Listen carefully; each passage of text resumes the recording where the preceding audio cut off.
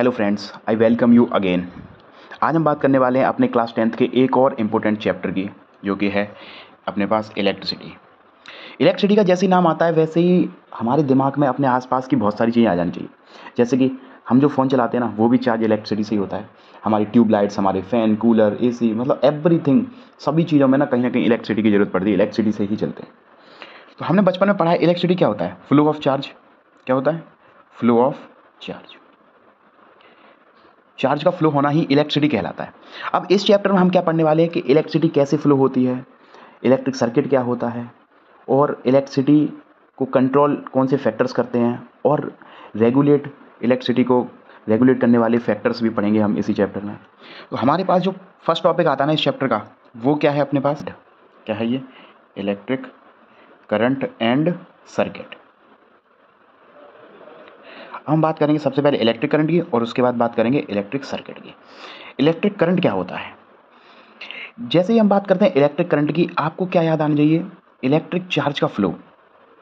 Electric charge का flow. जब भी इलेक्ट्रिक चार्ज फ्लो होता है किसी कंडक्टर के थ्रू, हम क्या कहते हैं उस टाइम पर? इलेक्ट्रिसिटी फ्लो हो रही है या इलेक्ट्रिक करंट फ्लो हो रहा है कंडक्टर के थ्रू। कंडक्टर यानी कि मेटेलिक वायर। कंडक्टर्स क्या होते हैं? कंडक्टर्स वो सभी डिवाइसेस जो क्या करें, इलेक्ट्रॉन्स को या फिर चार्ज को अपने अंदर से पास होने दें। Devices which allow to pass electricity और कॉल्ड कंडक्टर्स। वो कौन होते हैं? कंडक्टर्स। अब इलेक्ट्रिक सर्किट क्या होता है अपने पास? इलेक्ट्रिक सर्किट क्या कहते हैं? इलेक्ट्रिक करंट का वो पाथ या क्लोज्ड पाथ जिसके थ्रू मतलब इलेक्ट्रिक करंट पास हो, या ऐसे डेफिनेशन, एक अच्छी सी डेफिनेशन लिख लेंगे। क्या कहेंगे इसको? A continuous and closed path of an electric current is called an electric circuit. क्या कहते हैं? Electric circuit. या इसको ही हम एक और लैंग्वेज में, दूसरी लैंग्वेज में क्या कह सकते हैं, और क्या कह सकते हैं इसको हम? The rate of flow of electric charges. Rate of flow of electric charges. Rate of जहां भी ये वर्ड आ जाए ना, इसका क्या मतलब होता है? Upon time. टाइम से हम लोग किसी चीज को डिवाइड करते हैं तब रेट ऑफ आता है। अब जो इलेक्ट्रॉन्स होते हैं ना अपने, electrons constitute the flow of charge. जो फ्लो ऑफ चार्ज है ना, वो किसके ऊपर रेस्पॉन्सिबल है? अपने इलेक्ट्रॉन्स के ऊपर। इलेक्ट्रॉन्स के ऊपर क्या होता है? फ्लो ऑफ चार्ज रेस्पॉन्सिबल होता है। लेकिन हमें ये पता होना चाहिए, जब हमारे पास फर्स्ट टाइम ये इलेक्ट्रिसिटी का जो फिनोमेना है ना, ये ऑब्जर्व किया गया था ना, उस टाइम पर ना इलेक्ट्रॉन की डिस्कवरी हुई नहीं थी। इसीलिए हमने क्या मान लिया था, जो इलेक्ट्रिक करंट की डायरेक्शन है ना अपनी, जो, या फिर इलेक्ट्रिसिटी की जो डायरेक्शन है ना, इलेक्ट्रिक करंट की डायरेक्शन, ऐसे लिखो, डायरेक्शन ऑफ इलेक्ट्रिक करंट, हमने क्या मान ली थी? Towards the positive charge. किसकी तरफ? पॉजिटिव चार्ज की तरफ। लेकिन जब हमें पता चल गया इलेक्ट्रॉन्स, फ्लो ऑफ जो चार्ज है ना वो इलेक्ट्रॉन्स के ऊपर रेस्पॉन्सिबल है, या इलेक्ट्रॉन्स के बारे में जब हमें चीज़ें पता चल गई, तब हमने इसको बाई कन्वेंशन हमने क्या मान लिया? जो डायरेक्शन है ना इलेक्ट्रिसिटी की, जो डायरेक्शन है, इस इलेक्ट्रिसिटी की डायरेक्शन को हमने क्या मान लिया? Opposite to the direction of flow of electrons. तो अब हमसे जब पूछा जाता है ना कि इलेक्ट्रिसिटी की जो डायरेक्शन है ना, what is the direction of flow of electric current, तो हम क्या बताएंगे अब? कि opposite to the direction of flow of electrons के फ्लो के जो डायरेक्शन है ना, उसके जस्ट अपोजिट होती है इलेक्ट्रिक करंट की डायरेक्शन। अच्छा, तो अब हम जान लेते हैं अपना जो करंट है ना, करंट, इसको हम किससे डिनोट करते हैं? आई से। और जो अपना चार्ज है, इसको डिनोट करते हैं हम लोग क्यू से, टाइम को टी से। अभी मैंने बताया था आपको ये वाली definition, the rate of flow of charges. Electric current क्या है? The rate of flow of charges. तो जब भी मैंने बताया रेट ऑफ की जब बात आ जाती है किसी चीज़ में, तो उसका क्या मतलब होता है? अपॉन में टाइम। तो rate of flow of charges मतलब चार्जेस का rate of flow, Q by T. ये क्या होता है? Electric current, I. यहाँ से हमारे पास फॉर्मूला क्या आता है, I is equals to Q by T, यानी कि हम क्या कह सकते हैं, Q is equals to I T, ऐसे भी कह सकते हैं।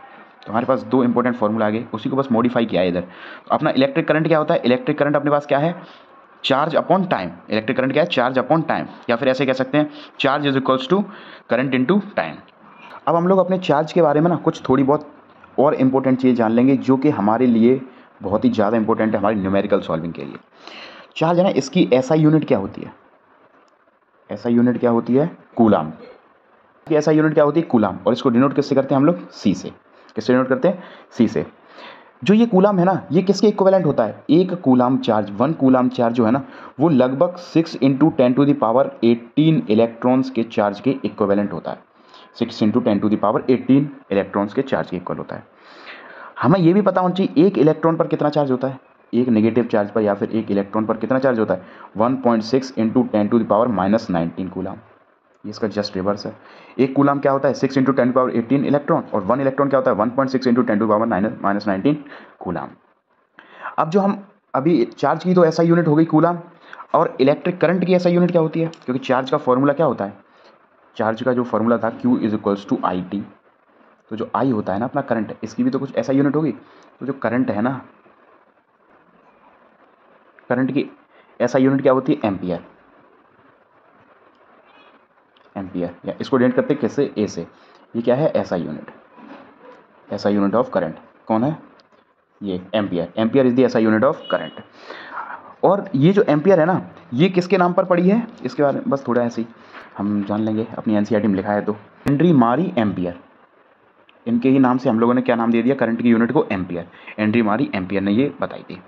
अच्छा, इसके बाद अगर हम बात करें 1 एम्पियर की, 1 एम्पियर की, तो 1 एम्पियर क्या होगा, 1 एम्पियर क्या चार्ज होगा, 1 कूलाम, एक फ्लो ऑफ 1 कूलाम चार्ज क्या होगा, flow of 1 coulomb charge per second, 1 coulomb charge, 1 coulomb of charge per second क्या होगा, पर सेकेंड।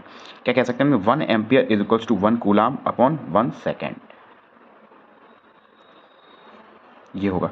ये अपनी एनसीईआरटी में अपने पास एक क्वेश्चन भी है, उसमें बोलता है define the unit of charge, तो उसका आंसर क्या हो जाएगा, चार्ज की यूनिट क्या है, एम्पियर। तो 1 ampere is constitutes as flow of 1 coulomb of charge per second, ये हो जाएगा अपने पास आंसर, और ऐसे लिख सकते हैं हम उसको।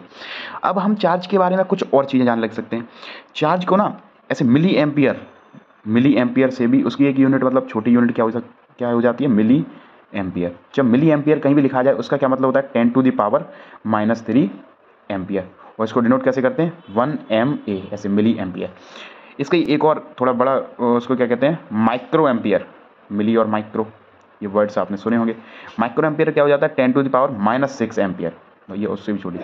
तो इसको हम कैसे डिनोट करते हैं, 1, ये माइक्रो का साइन कैसा है, ऐसे यू टाइप में, और एम्पियर। तो ये दो अपने पास इंपॉर्टेंट चीज़ें हो गई, ठीक है। इसके बाद हमें एक चीज़ और पता होनी चाहिए, करंट को मीज़र किससे करते हैं, करंट मीज़रिंग डिवाइस कौन सी है, करंट को मीज़र किससे किया जाता है, मीज़र किससे किया जाता है करंट को, एमीटर से। ये बहुत ही इंपॉर्टेंट है, बार बार ये चीज़ आएगी।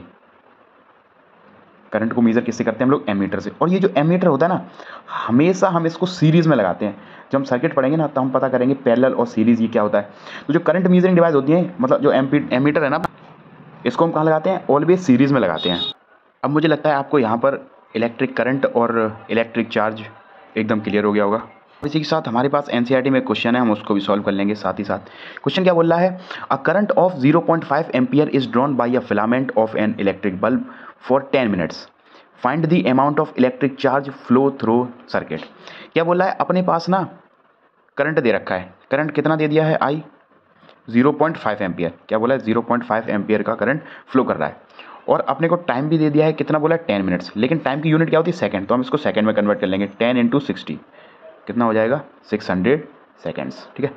पूछा क्या गया है हमारे पास, Q यानी कि चार्ज। तो अपन ने अभी फॉर्मूला पढ़ा था, Q is equals to I T, बस लगा देंगे। Q निकालना है, I कितना है 0.5, T कितना है 600, एक जीरो से ये पॉइंट हट जाएगा, 5 6 जा 30, और एक जीरो, और कितना आंसर आ जाएगा, 300 कूलाम। अपने पास कितना चार्ज आएगा, 300 कूलाम। तो ये हो गया क्वेश्चन। अब ना अपनी एनसीईआरटी में ना 3 क्वेश्चन दे रखे हैं, यहाँ पे आपको दिख रहे होंगे। क्या बोला है पहले क्वेश्चन में, what does an electric circuit mean. तो हमने ये पढ़ा था, a continuous and closed path of an electric current is called an electric circuit. क्या होता है इलेक्ट्रिक सर्किट, एक कंटिन्यूअस और क्लोज्ड पाथ इलेक्ट्रिक करंट का, इसको कहते हैं इलेक्ट्रिक सर्किट। तो first question clear I think. Second question क्या बोला है, define the unit of current. तो हमने इसको भी पढ़ा था, देखो 1 एम्पियर कैसे डिफाइन करेंगे इलेक्ट्रिक करंट की यूनिट को। 1 ampere is equals to flow of 1 coulomb of charge per second, यानी कि A is equals to C by S, यानी कि ampere is equals to coulomb per second. ये होता है, ये सेकंड क्वेश्चन हो गया। थर्ड क्वेश्चन क्या कह रहा है, calculate the number of electrons constituting 1 coulomb of charge. ये भी मैंने बताया था, 1 कूलम चार्ज में कितने इलेक्ट्रॉन्स होते हैं, 6 × 10⁻18 इलेक्ट्रॉन्स। तो आई थिंक ये तीनों क्वेश्चन यहाँ तक क्लियर हो गया है। अब हम आगे अपना नेक्स्ट टॉपिक पढ़ते हैं। क्या है अपने पास next topic, electric potential and potential difference. अब इलेक्ट्रिक पोटेंशियल होता क्या है, इसको हम सबसे पहले समझेंगे एक एग्जाम्पल के थ्रू। तो एग्जाम्पल अपन लेते हैं, जैसे मान लो एक ये ट्यूब है अपने पास, ये अपने पास एक ट्यूब है, हमने ना इसमें पानी भर दिया। अगर इसके अंदर अगर हम पानी भर देंगे तो ना वो यहीं पे रहेगा इसमें, क्योंकि ये हॉरिजॉन्टल प्लेन में या हॉरिजॉन्टल सरफेस पे ऊपर रखी है। अगर सेम ट्यूब को मान लो यहाँ कोई वाटर टैंक है, ये क्या है वाटर टैंक, यहाँ से इस ट्यूब को कनेक्ट कर दिया जाए, इस सेम ट्यूब को यहाँ से कनेक्ट कर दिया जाए और उसके बाद ऐसे रख दी जाए ये ट्यूब, और अगर इस वाटर टैंक को हम फुल कर देंगे धीरे धीरे, कैसे कर देंगे फुल, तो डेफिनेटली यहाँ से ना, यहाँ से प्रेशर जनरेट होगा और ये जो पानी होगा ना यहाँ से बाहर निकलने लगेगा, यहाँ से कैसे बाहर निकलने लगेगा। तो इस केस में ना क्या होता है, कोई ग्रेविटी जो है ना अपनी, वो कोई रोल प्ले नहीं करती, ग्रेविटी का कोई रोल नहीं होता। यहाँ किसका रोल होता है, प्रेशर का। सर यहाँ पर रोल प्ले करता है। अब if the same thing goes with current, तो वहाँ क्या हो रहा था, इलेक्ट्रॉन्स मूव कर रहे थे। तो जो अपने इलेक्ट्रॉन्स होते हैं, electrons they only move when there is potential difference.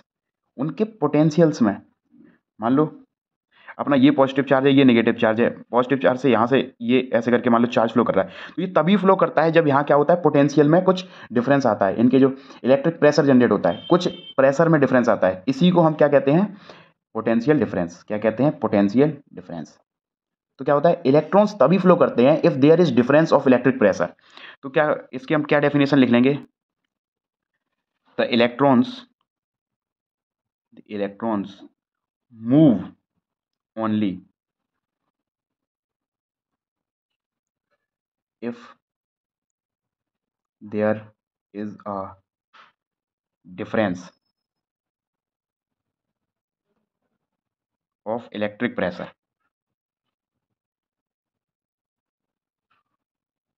that is called potential difference। क्या कहते हैं उसको, पोटेंशियल डिफरेंस। अब ये जो अपना पोटेंशियल डिफरेंस है ना, ये इसको हम V से डिनोट करते हैं। अब दो पॉइंट के बीच का पोटेंशियल डिफरेंस हम कुछ इस तरीके से डिफाइन कर सकते हैं कि मान लो ये पॉइंट A है, ये पॉइंट B है, पॉइंट A से पॉइंट B तक किसी यूनिट चार्ज को मूव कराने में जो भी वर्क डन होगा उसको हम क्या कहेंगे, पोटेंशियल डिफरेंस।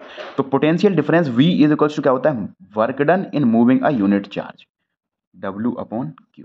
V क्या होता है, W/Q। अब अपने पास ये जो पोटेंशियल डिफरेंस है, पोटेंशियल डिफरेंस की यूनिट क्या होती है, ऐसा यूनिट क्या होती है अपने पास, वोल्ट। ऐसा यूनिट क्या होती है, वोल्ट, और डिनोट किससे होता है, V से। ये जो ऐसा यूनिट है ना वोल्ट, ये किसके नाम पर दी गई थी, एलेसेंड्रो वोल्ट। एलेसेंड्रो वोल्ट ना इटली के एक फिजिस्ट थे, इनके नाम पर ये जो ऐसा यूनिट है ना वोल्ट, ये दी गई है। जैसे अभी हमने पीछे पढ़ा था क्या, कि 1 एम्पियर जो करंट था ना, वो क्या था कि 1 कूलम चार्ज का फ्लो 1 सेकंड में, फ्लो ऑफ 1 कूलम चार्ज पर second, that is called 1 ampere. Same goes with 1 volt. हम अब पढ़ेंगे क्या, 1 वोल्ट। 1 वोल्ट क्या होता है, ये क्या होता है, 1 वोल्ट क्या होता है कि 1 जूल ऑफ वर्क डन की यूनिट क्या है, joule. 1 joule of work to move 1 coulomb of charge from 1 point to another. तो 1 वोल्ट क्या होता है, 1 joule per coulomb. 1 volt is equals to 1 joule upon 1 coulomb. तो क्या कहेंगे हम, volt is equals to joule coulomb inverse. ये हो गई इसकी। अब अपने को पता है, जो हमने जैसे सीखा था करंट एम्पियर, यानी कि करंट को जो डिवाइस मेजर कर रही थी वो उसका क्या नाम था, एमीटर। ऐसे ही वोल्ट यानी कि पोटेंशियल डिफरेंस को जो मेजर करती है वो डिवाइस कौन सी है, वोल्ट मीटर। कौन है, वोल्ट मीटर। जैसे करंट और हम यहाँ दोनों कंपेयर कर लेते हैं। एमीटर को हमेशा हम किस में लगा रहे थे? सीरीज में। किस में लगा रहे थे? सीरीज में। ऐसे वोल्ट मीटर को हमेशा कहाँ लगाते हैं? पैरेलल में, किसी सर्किट के पैरेलल में। अब यहाँ तक मुझे लगता है पोटेंशियल डिफरेंस आपको समझ में आ गया होगा। हमारे पास एनसीईआरटी में फिर से एक क्वेश्चन दे रखा है। क्या दे रखा है? How much work is done in moving charge of 2 coulomb across 2 points having the potential difference 12 volt. क्या बोल रखा है इन्होंने? हमें अमाउंट ऑफ चार्ज क्या फाइंड करना है? How much work is done, work done हमें निकालना है। क्वेश्चन क्या दे रखा है? वर्क डन हमें फाइंड करना है। और क्या बोल दिया गया है? जो अपना पोटेंशियल डिफरेंस है ना V, वो कितना दे रखा है? 12 वोल्ट। चार्ज कितना दे रखा है? Q कितना दे रखा है? 2 कूलम। अब हमने पढ़ा था वोल्ट इज इक्वल्स टू क्या होता है? जूल पर कूलम, यानी कि work done, work done upon charge क्या होता है? वोल्ट। पोटेंशियल डिफरेंस क्या होता है अपने पास? वर्क डन पर यूनिट चार्ज, वर्क डन पर यूनिट चार्ज। यहाँ से हमें क्या निकालना है? Work done. तो वर्क डन का फॉर्मूला अपने पास क्या हो जाएगा? Potential difference multiply with charge. Potential difference अपने पास कितना है? 12 मल्टीप्लाई चार्ज कितना है? 2 कूलम, यानी कि 24 जूल वर्क हो जाएगा। जूल कितना हो जाएगा? 24 जूल वर्क हो जाएगा।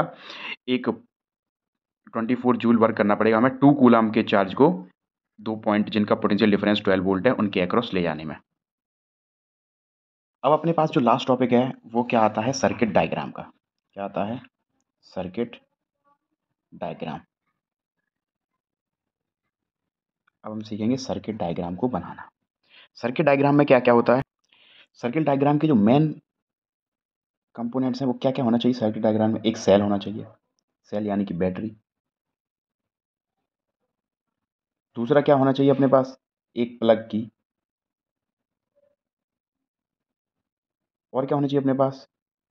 इलेक्ट्रिकल कंपोनेंट्स, कुछ बल्ब वगैरह जो भी है अपने पास वो हो। और मोस्ट इंपॉर्टेंट क्या होना चाहिए? Connecting wire, connecting wire. अब कैसा होगा ये देखो, बना लेते हैं अपन। मान लो ये अपना पॉजिटिव टर्मिनल है, ये नेगेटिव टर्मिनल है, यहाँ से इलेक्ट्रिसिटी निकली। ये अपने पास एक कोई इलेक्ट्रिक बल्ब है, ठीक है। ये अपना एमीटर लगा है करंट को मेज़र करने के लिए, ठीक है। और ऐसे आई, इसको कहते हैं की, अपनी की लगी हुई है। ये हो गया अपना सर्किट कंप्लीट। ये क्या लगी हुई? की, ठीक है। इसको के से डिनोट कर देते हैं। ये बल्ब है कुछ। पॉजिटिव टर्मिनल से करंट निकलता है और ऐसे करके नेगेटिव के थ्रू नेगेटिव में जाता है, ऐसे ये होती है इसकी डायरेक्शन। तो हो गया अपना इलेक्ट्रिक सर्किट। आज की वीडियो में इतना ही रखते हैं। नेक्स्ट वीडियो में हम बात करेंगे आगे अपने आने वाले इंपॉर्टेंट टॉपिक्स की, जो कि है ओम्स लॉ, फिर रजिस्टर्स, पैरेलल, सीरीज रजिस्टर, फिर हीटिंग इफेक्ट और करंट किस पर डिपेंड करता है, वो सब फैक्टर्स। आज के लिए इतना ही। Thank you so much.